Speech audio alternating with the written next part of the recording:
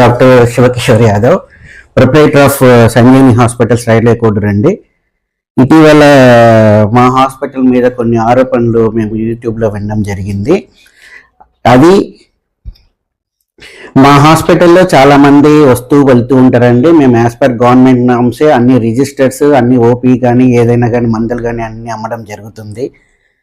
అక్కడ మా పైన వచ్చిన ఆరోపణ ఏదంటే మా హాస్పిటల్లో అబార్షన్ చేశామన్న ఆరోపణ వచ్చింది. అది అసత్యం అండి. మేము ఎటువంటి అబార్షన్లు చేయలేదు. మా దగ్గరికి చాలా మంది పిల్లలు వద్దు అనుకుని వచ్చే వాళ్ళ దగ్గరకి కిట్లు ఇస్తూ ఉంటాము. అది గవర్నమెంట్ నామ్స్ ప్రకారమే వాళ్ళ అడ్రస్లు అవి రాసుకొని ఇస్తూ ఉంటాము.